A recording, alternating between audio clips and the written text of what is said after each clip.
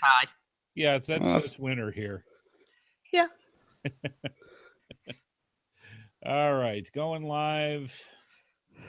And if you see a Paul come across the camera, that's because my cat's behind my laptop. Oh, all right, no problem. I've thrown the cat out and shut the door, so hopefully she'll not wreck too much. All right, there we go. I see us. All right, we are streaming. Excellent. Hey, folks, welcome to the Geocaching Podcast, a.k.a. the Sickie. So it's supposed to be cash or coffee, but I think it's going to be safer for you to bring cough drops and tissues. It's going to be one of those shows tonight. Yep. Sniffle. Awesome. So yeah, just don't get too close to your speakers. That's all I'm saying. All right, I think we're about ready. You guys ready? Sure. Yeah. All right. Let me get the overlay up. Make sure we're recording. Everything looks good.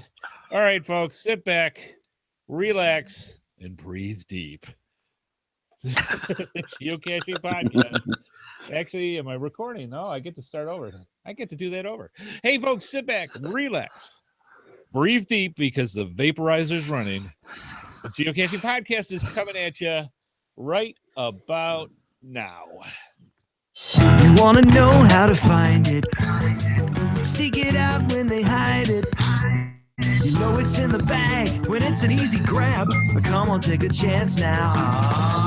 So go, geocache. And if you need help, we're right there in the flash. If you got a question, just call in and ask. Go to Stash on the Geocaching Podcast. The Geocaching Podcast. Welcome to the Geocaching Podcast, episode 498, recorded live on May 31st, 2017. I'm your host, Headhardhat. Task 427 and Info Ferret. You can join our chat room and watch our live video stream, plus participate with us as we record this episode. All this can be found at www.geocachingpodcast.com/live. Be sure to contact us via our voicemail line at 630-31-VOICE. And also find us on Twitter at geocachingpodcast.com/Twitter, Facebook at geocachingpodcast.com/Facebook. This episode is sponsored by our good patrons of the Geocaching Podcast. To become a contributing patron, simply click on our Patreon or PayPal logos on our webpage. Help keep our podcast going. From all of us at the Geocaching Podcast, we thank you. So if you're hearing wheezing, coughing, sneezing, and all the other fun things about having cold sinuses or other types of infliction in the nasal area, we got them. So bring your tissues, folks. It's going to be an interesting geocaching podcast. Hey, yeah, it's pretty cool. I'm doing fine. Not too bad. I actually had a bad sinus headache today, so when I came up, I was sounding like my two cohorts here, as they are now. But that's, thank you to the miracle of cheap medications. I'm actually kind of surviving at the moment, but it isn't without my hot tea and going from there. Just saying. But yeah, it's the rest of the gang's a little bit under the weather, and so you're going to have to put up with some sniffles and coughs and what have you. Yeah. Geocaching wise, did do a few park and grabs the past 2 weeks, and just to keep things going. But I'm looking forward to actually spending some quality time and going out and doing that. But not much besides that. But I do have, for your whining and dining pleasure, we do have an update from a long friend that has been away for a while, and he's got an update. Mr. Scott Burks does. So sit back, and I'm going to play this for you fine folks. Hopefully this will work. Here we go. Hey guys, how you doing? Scott here. I know it's been about a month and a half since you've heard from me. I just want to give you guys a quick update on what's been going on in my life. It's been a crazy month and a half. Last time I talked to you guys was about April 1, and Jesse and I put the house on the market about the third week of April, and it literally sold in 36 hours. We put it on the market on a Tuesday, on a Tuesday midday. By Thursday morning, we had the house sold, which was pretty incredible, except we had nowhere to live. And so we spent the last month trying to find a place to live where we want to be, and we struggled. We couldn't find a place. Finally, something came out that we loved. It's a nice big 4-bedroom home. Our kids are going to from sharing a 1-bedroom, 3 kids sharing a 1-bedroom to now each getting their own room. So they're obviously thrilled. Even Toby gets his own bathroom, so he's really, really thrilled. What else is going on? Jessie got a new job. She's making a lot more money and doing really good. She also graduated college, so I'll give her a quick clap. Yay! Hey! Baseball's going great. The kids are all playing phenomenally. Shane's playing up and he's doing fantastic. Toby's doing really good. He's playing travel and playing house, and he keeps getting called up for the 13-year-olds. He's only 12, but he keeps getting called up for the 13-year-old kids to play on their team. So he's having a blast. Cam's doing great. He's hitting phenomenally. He's doing a little pitching, and we're just gearing up for the move. Getting ready, starting to pack all the stuff up, trying to get movers, and through all this chaos, I even finally got my May FTF last week. So that's All right. 100 FTFs. Yeah. It's an one FTF a month for 100 months. Wow. So I finally finished that goal, which was pretty sweet. Now I don't have to worry about FTFs anymore. So we've been doing good, trying to get out here and there, and trying to get a couple caches every now and again. But we're looking forward to August when we don't have to do anything at all in terms of Jesse's done with school and the moves over and everything like that. So that we're focusing on that and looking forward to our lives calming down because they've been kind of crazy since January. So we're looking forward to that. Other than that, life's good, guys. I hope everybody's happy. Be good and be safe. I'll be back soon. I'll be back, probably about another month and a half, and I'll be back. And everybody take care. Be good. Have a great summer. We'll talk soon. Thanks. Awesome. Congratulations to Scott. And if you haven't figured it out, I got the calculator out.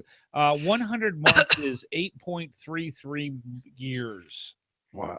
For getting a FTF every month. That's commitment. Yeah. And also commitment is also my friends here and cohorts in crime who are battling different illnesses, as it were. And Taz, you actually went out with your travels. Now, Taz is going to probably take the majority of the show, or a good chunk of the show tonight, because he's got his adventures that he's gone over the past week. Because he was out last week, and I want to tell Sarah straight out, I did not cancel the show last week because it was just you and me. I'm just saying. I thought I'd scared you off. I'll take you out anytime, lady. Anytime. Right. I had some. Don't have any leave to come over and pester you this year, so you're safe. Please do. That would be awesome. But I had some family change your precedents, and I'll think about it. Yeah, I had some family stuff come up, and that took precedence of even doing the show. So that's why we didn't do the show last week. But Mr. Taz was out there roaming the country. Yep. Besides Geo Woodstock, you did a whole lot more, and he's going to get into a lot of detail, but just kind of give us a Reader's Digest of some of the stuff that he had going on. Well, first I was dying a slow death during the entire time. Oh, my God. So, if it wasn't for the fact that I spent an awful lot of money on plane tickets and everything else, I probably would have pulled out. But, battling a massive head cold, sinus infection, flu-like symptoms, what have you. But I did manage to get 100 caches, pick up Lake Lanier. So I only need January of 2001 now to complete my Jasmine challenge. Ooh, all right. And I did some caching solo, did some caching with some Sacramento friends, and I was surprised that I was recognized by a bunch of people that I didn't know, and actually some of them wanted an autograph. All right. Celebrity. And one of them just recognized me by my voice. Yeah. She turns around saying, "I recognize that voice. Can I get your autograph, please?" That's sweet. But we'll get into more Geo Woodstock details during the show. That's awesome. Okay. Yeah, that is always fun when you go someplace and And people don't even see your face. They go, I know that voice. Exactly. I love it. I love it. And then our other sniffling friend is Miss Sarah. How you doing? Yep. Snuffle. Snuffle. Yeah. AKA Anyway. Snuffles.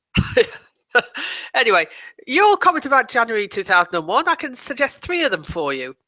Aha. T2 that's up in the Manawatu, and that would be come over to Wellington. It would take an overnight trip to get, it would take 2 days, a day to get out there, a day to get back. But there is actually accommodation almost right at ground zero. Wow. And there's 2 way down at the bottom end of the South Island that would fill that little hole in your Jasper grid. Wow. Well, there you go. Wow. I was thinking As soon about as someone buys me a plane ticket, I'm on my way. Don't look at me. Anyway, last weekend had an awesome time. We had to go to a meeting in Upper Hutt. It was boring as hell, but I picked up 3 caches on the way, and the lads were off orienteering for the weekend, so I just kept going. Stayed over in Carterton, which is in the Wairarapa, and cruised around picking up all the caches I could. I was after 50, but I ended up with 44. More DNFs than I thought there'd be at one point. Bad route choices, totally my fault, and running out of daylight because it's our winter. It's too dark to cache now. Really, after 5:30 p.m. Unless you're one of these strange people that like night caching. Get a flashlight or a torch. I still don't like. Yeah, but I now have a new favourite road in the Wairarapa. It's sort of, I could describe it. I'll describe what the road's like rather than where it goes. So it goes between Greytown and Martinborough, which won't mean a lot to you lot. But small town, starts off as a perfectly normal road. And then the tarmac gradually gets narrower and narrower and narrower. And you come to a junction and you hit the gravel roads. Fun! Yes. And then the gravel road gets narrower and narrower and narrower. And sort of the gravel, and you're sort of thinking, I know this is a road because it said didn't say no exit as I drove in. And there are geocaches up here, so it must be a road. So you're actually on a horse trail, is what you're saying? Well, it was more like a sort of farm track. There was low grass between the sort of 2 tire bits because the sheep keep it down. And you're in a real rural area. When you stop getting cattle stops, your cattle grids, right, and you start getting gates across the road that you've got to open and shut. And I made one totally stupid mistake. It shows I'm not as much of a country girl as I'd like to think I am. There was a gate that I thought opened away from me. No, it didn't. It opened towards me.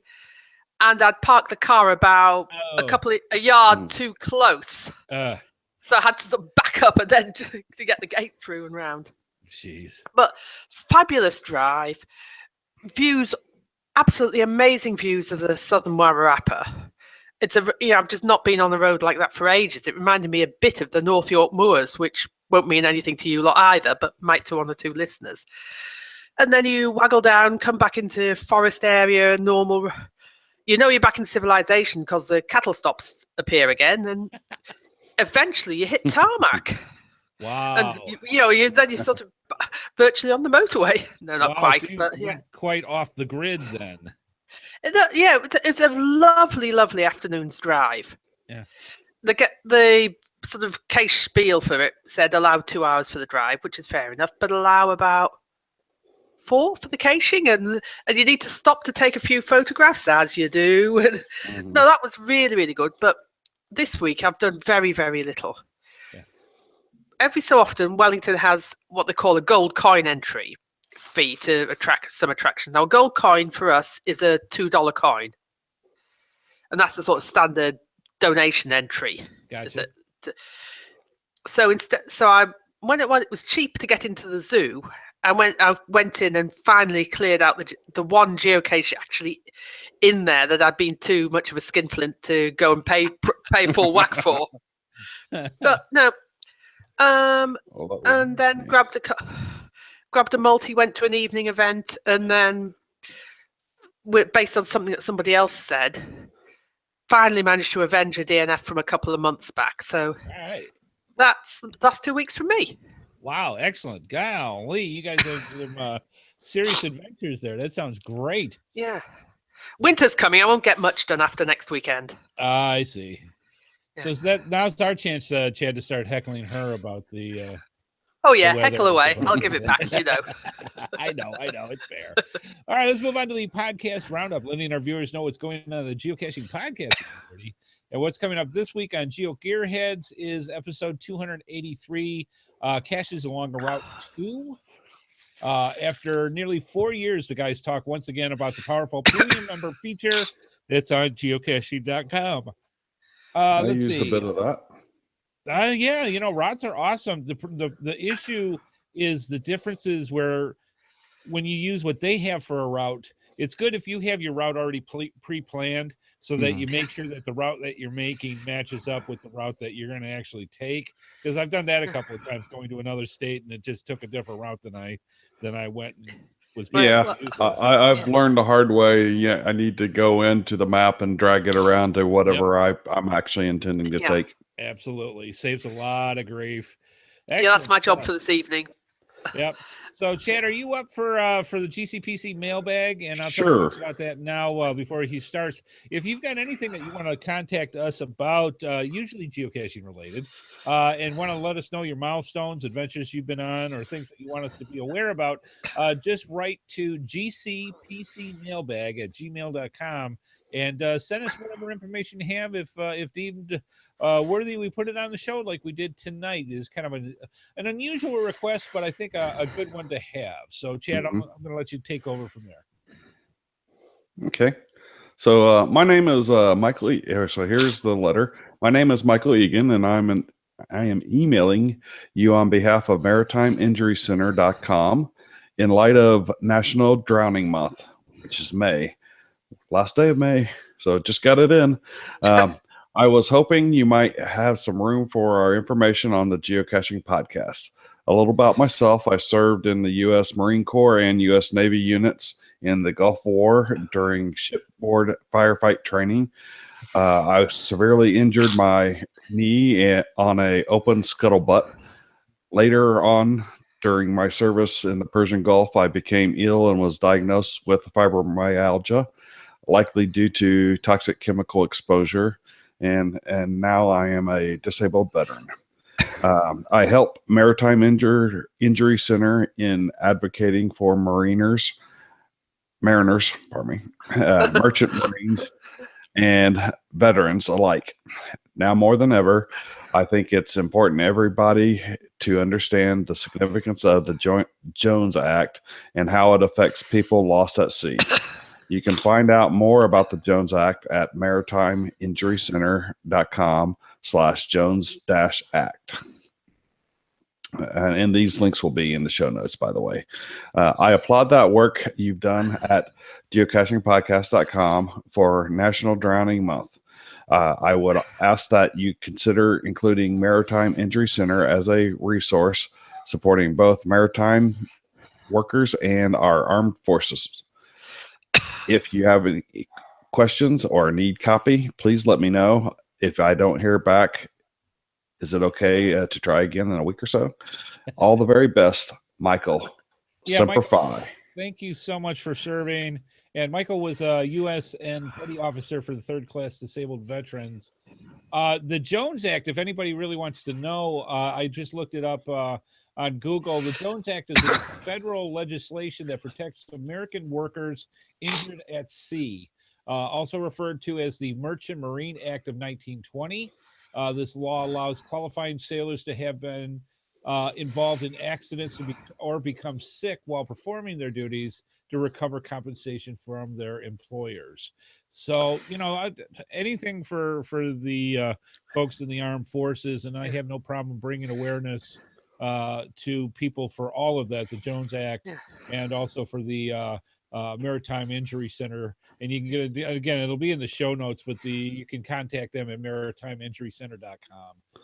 And scuttlebutt, on what the scuttlebutt he was referring to is, I believe, a open port or a small port to go below deck on boats, but the term originated from water barrels and on boats, and actually kind of like the water cooler, and that's where we actually got the term scuttlebutt for gossip. Is the mariners would be gossiping around the water barrel. All right. Yeah. Awesome stuff. So you never know what you're going to learn on the Geocaching Podcast, and that's cool stuff. And again, we thank Michael not only for serving, but for letting us know about this. Yeah, I mean, my comment about National Drowning Month, I was reading, every so often I read sort of things about early settlers, people moving New Zealand, and there was an awful lot of people who drowned either in shipwrecks, trying to cross rivers that came out into flood, or in boats that just weren't up to the job. Right. Suddenly, I mean, one of the problems with the backcountry in New Zealand, especially if you're in the South Island and high up, is if there's a lot of rain, it comes down very suddenly. There's nowhere else for that water to go, so it just goes straight into the streams, and streams can rise very, very fast. Oh yeah, we got it here. And there have been a lot of problems, a lot of people getting themselves into a lot of problems that a little bit of thought, a little bit more knowledge might have had a much better result. Oh, so as far as not drowning and people. Yeah.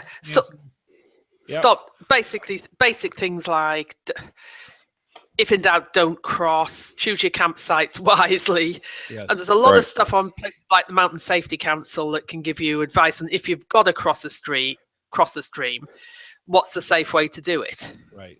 That's we have people lose their lives every year here on the American River, the Russian River, the Sacramento River, and stuff. Especially when they have releases from the reservoirs and stuff, and the water gets moving quickly, and they have a massive undertow. Yeah, you got to be careful. I mean, it could be a simple. There's no such thing as a simple flood, but it only takes a couple of inches, especially if you're driving across the road, and your car to get picked up and swept away. It's not. It only takes a few inches. It really does, and people don't realize it until it's too late. So just be careful out there, folks. Yep. Yeah. All right, let's move on. Tonight is our Cacher Coffee, and for the people that don't know, basically what happens is tonight I think it's more tea than coffee, depending on what our hosts are drinking between their sniffles and coughs. And thank you for you guys even being here. So that's awesome. But what we do with our Cacher Coffee is just bring up all sorts of different stories and things that are maybe geocaching related, but just different things that you can't just do a single show on. And tonight, I thought since Chad had his whirlwind tour, he could kind of give us a better breakdown because he hit so many different things.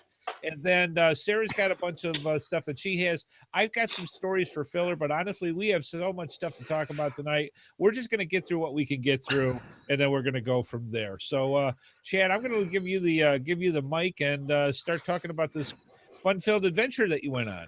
Sure. I'm going to go ahead and start out with a little bit of statistics. So, wound up hitting 46 traditionals, 20 lab caches, 15 mysteries, 10 virtuals, 9 multis, 5 where I goes, 5 earth caches, 3 regular events, 2 letter boxes, 1 pseudo, and 1 mega event. So, and a partridge in a pear tree. No webcam. And actually, I left off my webcams because I was searching under the wheel of 10. I did 2 webcams.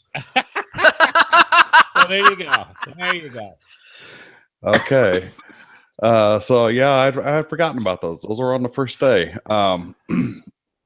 So I and the vast majority of these were 20 favorite points or higher. Wow. Because I pretty much restricted myself to the 20 favorite points or higher, except for it's one of the days when I was hunting with Linda, which I'll get into a little bit later. And but actually the vast majority of those were high favorite points as well. Yeah, wow. So I did manage to get Lake Lanier, like I mentioned, and it was my 25th 100th cache. So and I wound up later hitting 2600.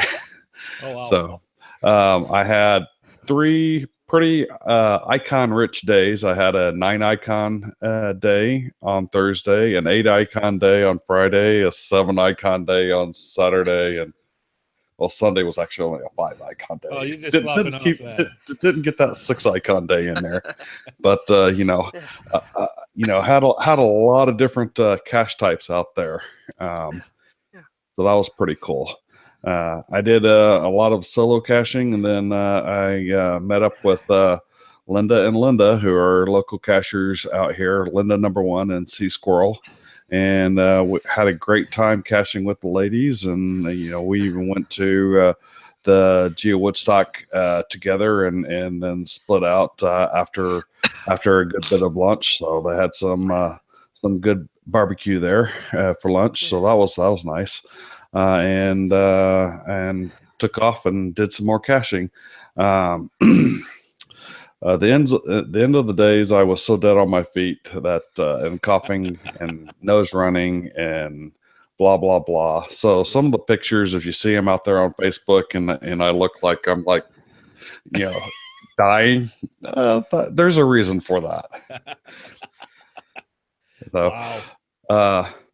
a bunch of the friends I had planned on catching up with, I never actually wound up seeing. That was, I don't know if they were hiding from me or what, but Hide. Seriously, this, I've been to a lot of mega events, and usually everything is kind of tight in a tight area, and where you're doing everything's in a tight area. Yeah. But this place had a lot of great little towns and stuff to go off and do caches around, and in the actual event area where they were holding the event was very large.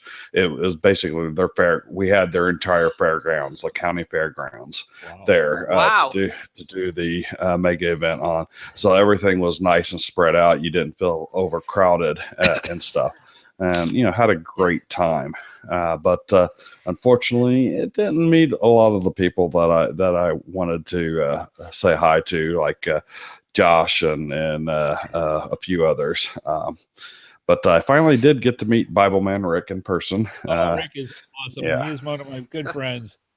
And he's kept prying me, hey, are you coming up to the Going Ape event in August? And he really wants me to go up there. And I saw him again at the CETO, and it's like, hey, you need to come. You really need to come. So I need to talk to my wife, but there's better than a 50-50 chance that I'll wind up going up to the Going Ape event and getting that second 8 cache icon. Yeah, Bible Man Rick is awesome. He's actually from Virginia. And but I've known Bible Man Rick for years, a good friend, and that man knows how to hike. I mean, when you sit there and say, I've hiked, on the Appalachian Trail, he's hiked the Appalachian Trail. I mean, there's just tons and tons of everywhere he goes.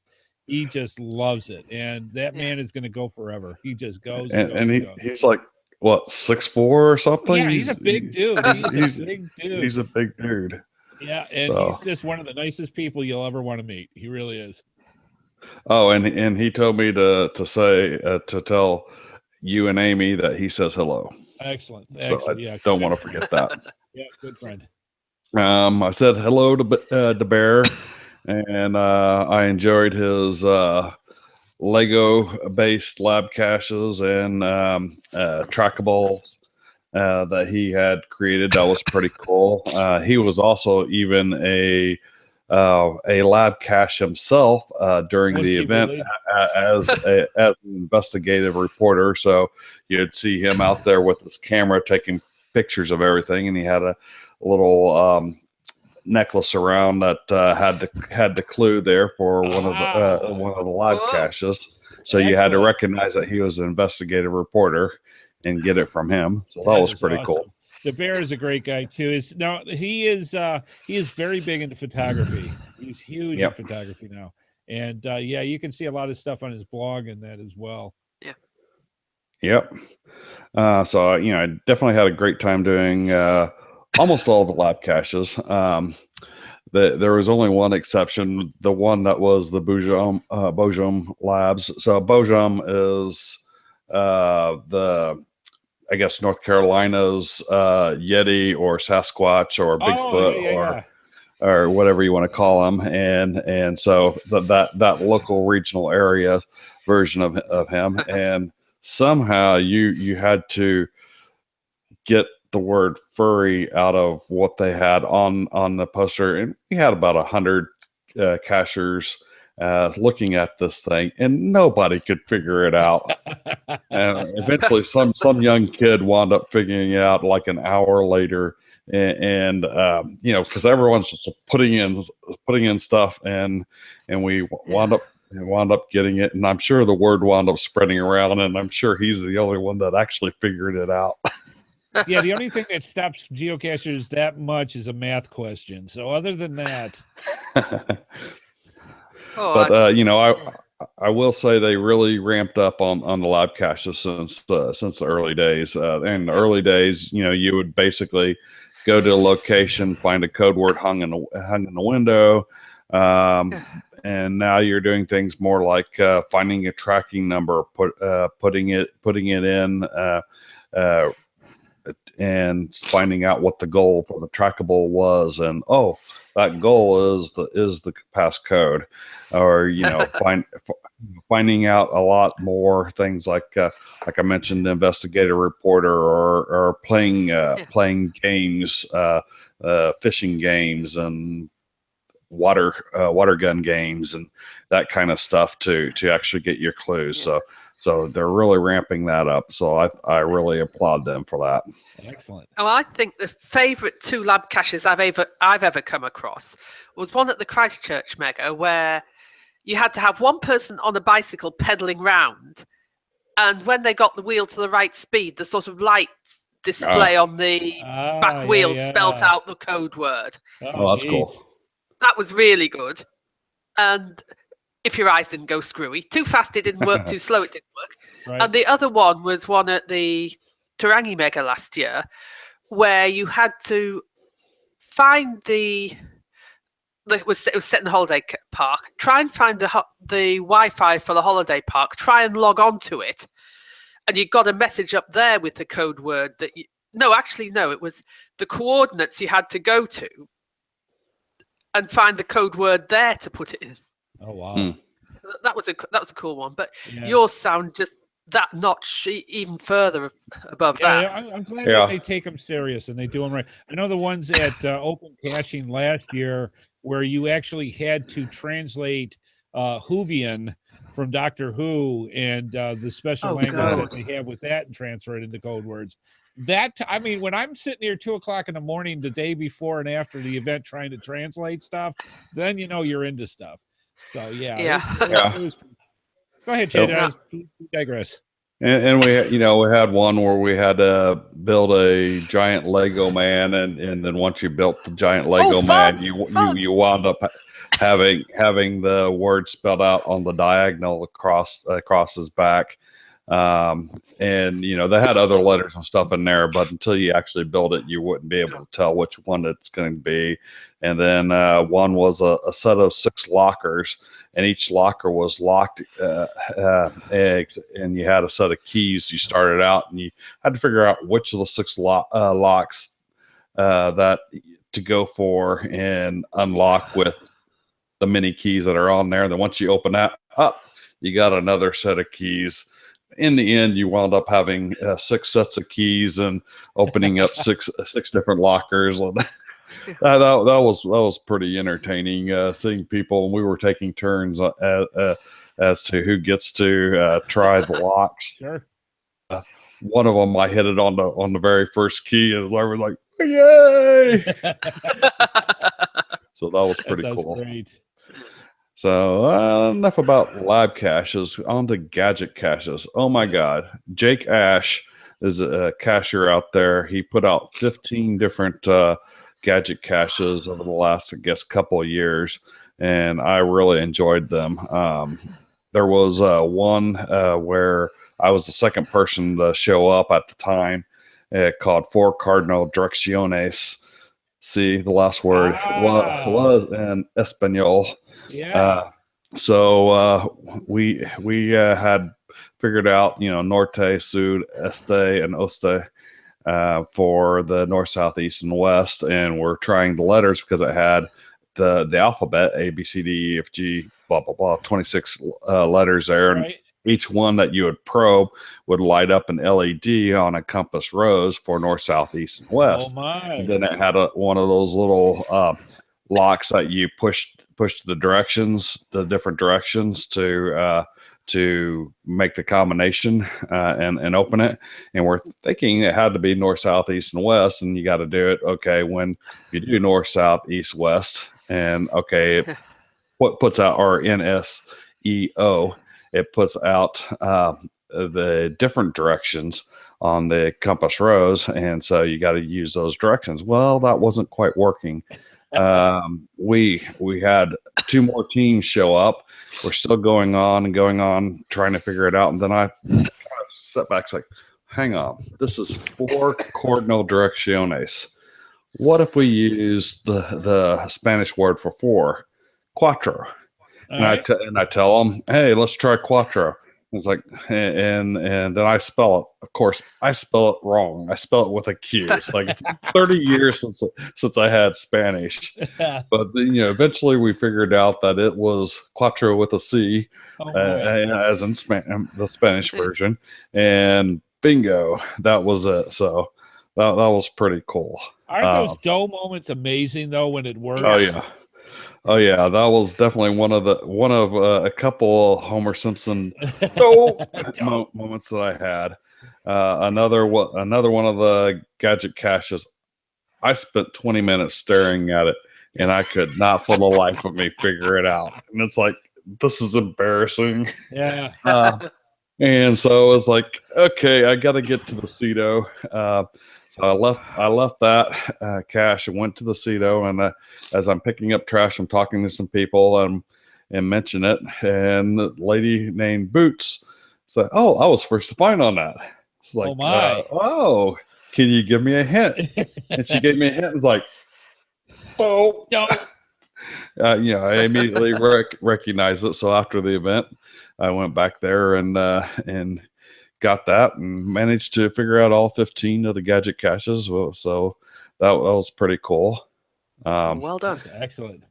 The food there this year was excellent and well organized. No Colorado food truck fiasco to be had. Excellent. What else? When the amenities are taken care of at any major event, let alone a Geo Woodstock, if they've got the laboratories for folks to go, the food down pat, and the actual areas, the parking's cool, the rest of it just flows. Right. But you gotta have those key essentials in place. Right. Yeah. And the location was great. I'm not just talking about the location of the actual mega event, but overall the area that they picked, the greater Asheville area with Waynesville, being in the Blue Ridge Mountains of the Appalachians, very scenic, very beautiful. Weather was great. I couldn't have picked a better place, to be honest. So I had a great time there. That's excellent. So kudos to the NCGO and the rest of the gang that worked on Geo Woodstock 15, because I've heard nothing but good stuff, and they put in a lot of work. And so kudos to them for everything they did. Thank you. And then, on the way back down to Atlanta to catch my flight back, of course, should be a 3.5 hour drive. It takes me something like 8 or 9 hours to get down there with all the caching I'm doing.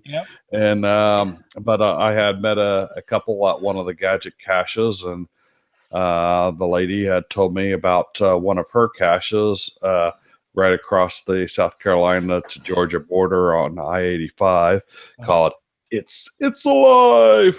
And she said gave me a hint. It's like you might need a 12-volt source to get there. So I spent $10 on a pair of cheap jumper cables and went down there, and I had Frankenstein's monster, not Frankenstein. Right. Frankenstein's monster stick out his tongue at me and got the combo for the lock and which I recognized the number of the combo, and I'm not going to give it out. But all right, there you go. but I was like, yeah, okay, I got that.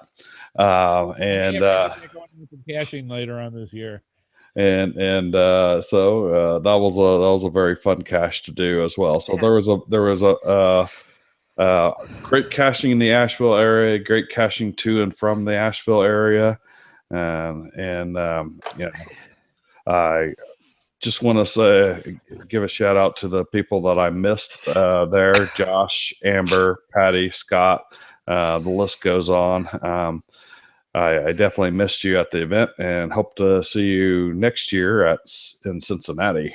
Yeah, that's going to be something. So absolute kudos to the guys for this year. And it's when you have that successful of an event, you just can't wait till the next one. And that's how it is there. So I'm really looking forward to Geo Woodstock 16 next year. That's going to be a riot.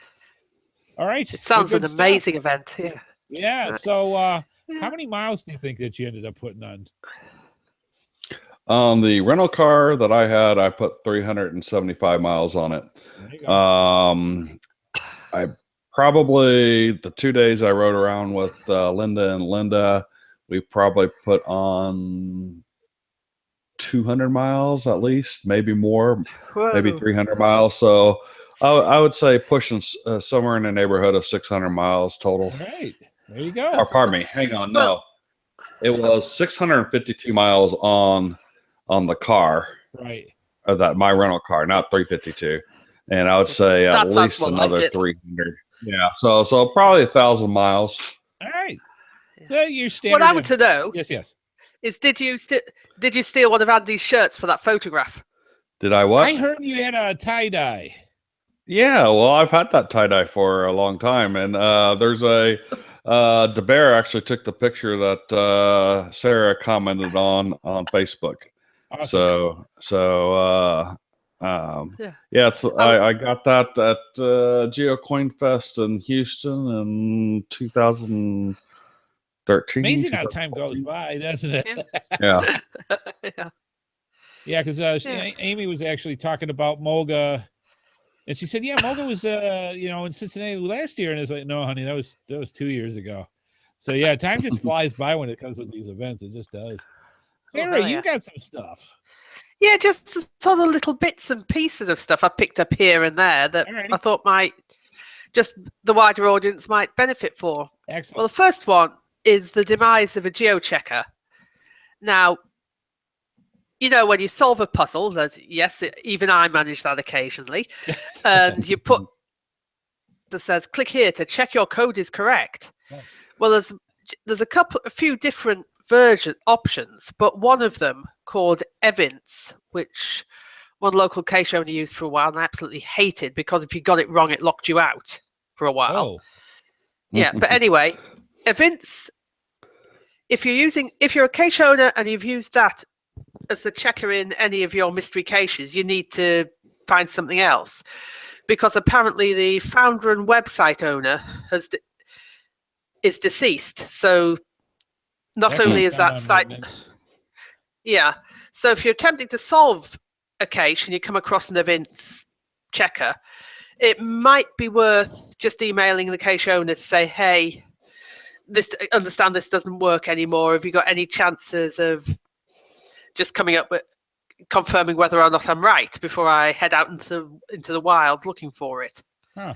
Now, I haven't heard of Evince before. Chad, we had a couple. Oh, hang on, I got to bring up his picture that he's got here. Yeah, he's styling there. He's rocking that T-shirt. I'm just saying. I can see the Geocaching Podcast host spread in the newspaper. Bitch stole my look. Who wore it best? Just saying. So yeah, I don't have one. Just saying. Awesome. Chad, which one was the one that there was a couple that were going on that I know in the States we used. One was hacked and the other one decided going belly up, if I remember right. I don't remember what they were though. You It's know, been a couple of years. I don't remember which one got hacked. But yeah, I remember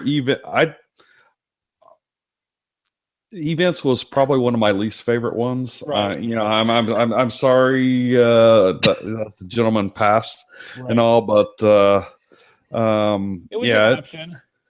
It was an option.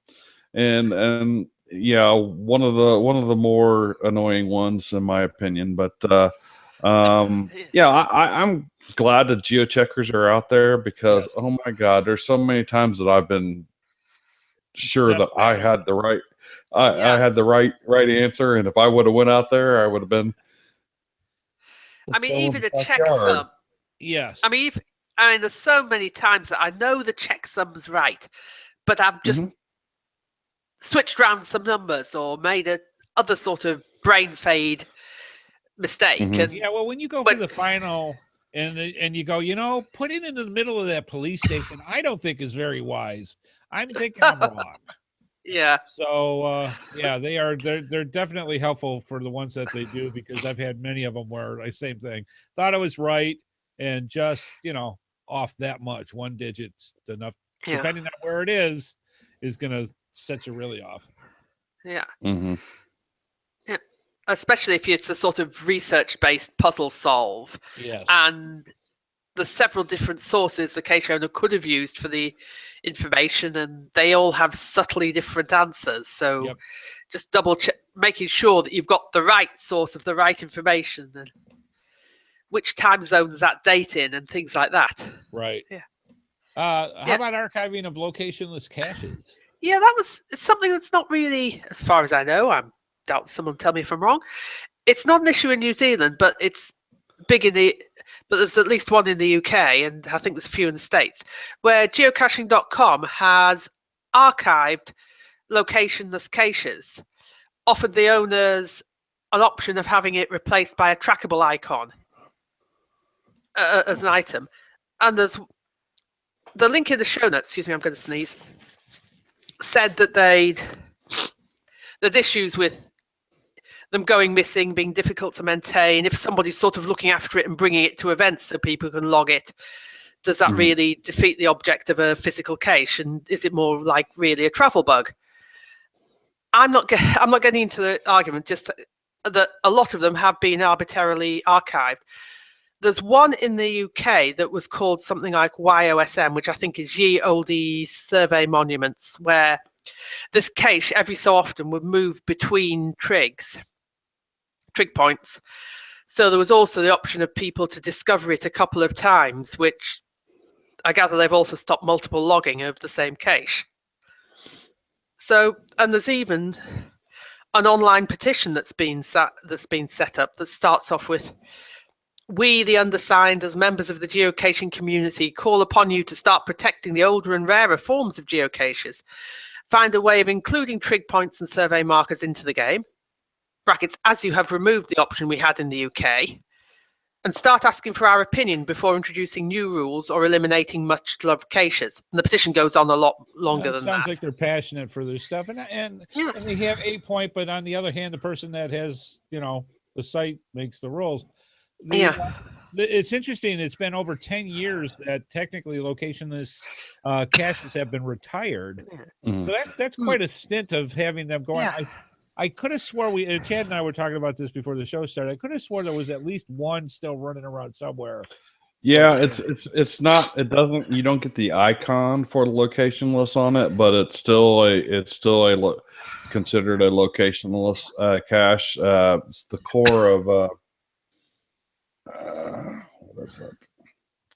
I'll have to go. I'll have to look up the actual one with it. Yeah. I mean, the sort of forums I'd dipped into, there's been some rules about tightening up the rules for webcam cache logging. It's got to be logged. By the wayside, as time goes on too, they've been archived or grandfathered for so long. And the thing that I find virtuals. And virtuals, of course, is a whole another open wound. I mean, it really is. The thing that I find interesting, though, when you look at how technology has increased so much over the past 10 years, you would think those type of geocaches would be something that people, if they were allowed to do, because there's so many people that get into these kits and these gadget caches and these other ones that have less expensive, but yet electronics involved with the making of the caches themselves. We're getting more and more into the era of doing more technical type caches. Wouldn't it be behoove to geocaching.com to start thinking maybe we should start opening up a little more for a technical based geocache so they can do stuff like this? Yeah, I mean, people can really get creative. A lot of the virtuals I found in London when I was over there last year, that you had to find some information, work something out, and that you could only find by being on site. And part of the requirements was there was an email account, and you had to email that code word or whatever, a bit like they do with lab caches. And then you got auto permission back to log it. Yeah, and that was a good way of killing off the armchair loggers. Right. Exactly. And by the way, that cache was called the Core of Discovery. That's it. Yep. Thank you. And last but not least, the Oamaru event in October is sitting on 225 will attend. So sign up, folks. You know you want to head over to the South Island. It'll be spring then. The weather will have improved a hell of a lot. We'll be out of winter. We'll be in daylight saving time. And I have no involvement at all with the organisation. I just want to have a good time at what will hopefully turn into a mega. There you go. Buy me a ticket. I'll go over there, go to the mega, get my January 2001. We would be more than glad to bunk up with you and go to that. That would be awesome. Yeah. Anyway, there's plenty of Airbnb places around there apparently, and you can flights into either Christchurch, actually, or possibly Queenstown for you guys. And yes, you should go. Yes, you should go. All right. And no, I need the pay rise to go myself. So. Okay. All right, good stuff. Now, we're kind of going back to the technical discussion we had just a second ago. I do have an article that I want to bring this up. It's called "Hack Your Hike" with the Adreno Puzzle Geocache, and I think it just kind of emphasizes the point that I had. And I'm going to see if I can share the screen here real quick with this particular one. So I'm going to bring this up, and I'll bring this into up for you guys to see. So this is the article is really short. It's really kind of cute. It's from a blog called Hack-A-Day. And again, it's called, the name of the title is Hack Your Hike with this Adreno Puzzle Geocache. And they just say, for the people who love to hike, no excuses needed to hit the woods. Other folks, though, need a little coaxing to get there into the great outdoors, which is where geocaching comes in. Hide something in the woods, post clues to its location online, and they will come. And what they did is they brought up this really, really cool it's basically a plastic ammo can, and I'll see if I can get the video to show you this a little bit, but you play hangman with it. It's run by this little battery here, the little 9-volt, and you can turn the dial, which is on the left hand side here, and when you turn the dial you can choose the letters, and you literally play the hangman game, and the brown cover that this is, it unlocks right here when you get the word right. And I don't think you can hear, but I'll at least play this for a little bit so you can kind of see it. Can you guys hear that? No, I can't, but I could. I played the clip myself, and it does have audio with it. Yeah. It's literally just a plastic ammo box. I've got 6 of them myself. Nicely camoed one. Yeah.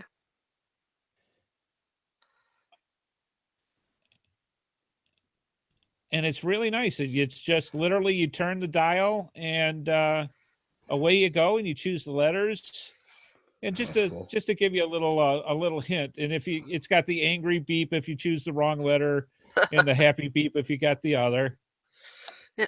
But just a neat little idea, and I think with how people nowadays are getting so much more into going through and getting into technology, that I think maybe a techno type geocache needs to be, or even, you know what, call it a gadget cache. You know, it's already a Yeah. buzzword that's Yeah. out there, and have a gadget cache Yeah. type.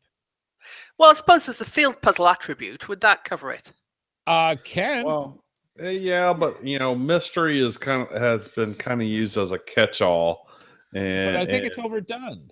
I think I think we have enough there to break this out separate, like Yeah. Yes. Andy's saying. Yeah. I think we're getting into the age now where I think if we encouraged people to do these kind of caches, I mean, I remember one of the caches I did, I think it was on the way to Georgia or Florida, I can't remember which one it was, where it was a box with a bunch of nails on each side. And you had to find which one of the two nails where you become the circuit breaker. And it starts, a little thing lights up, and a little goes off, and it lights up to give you the clue for the combination for opening it up. I love gadget caches. People love gadget caches.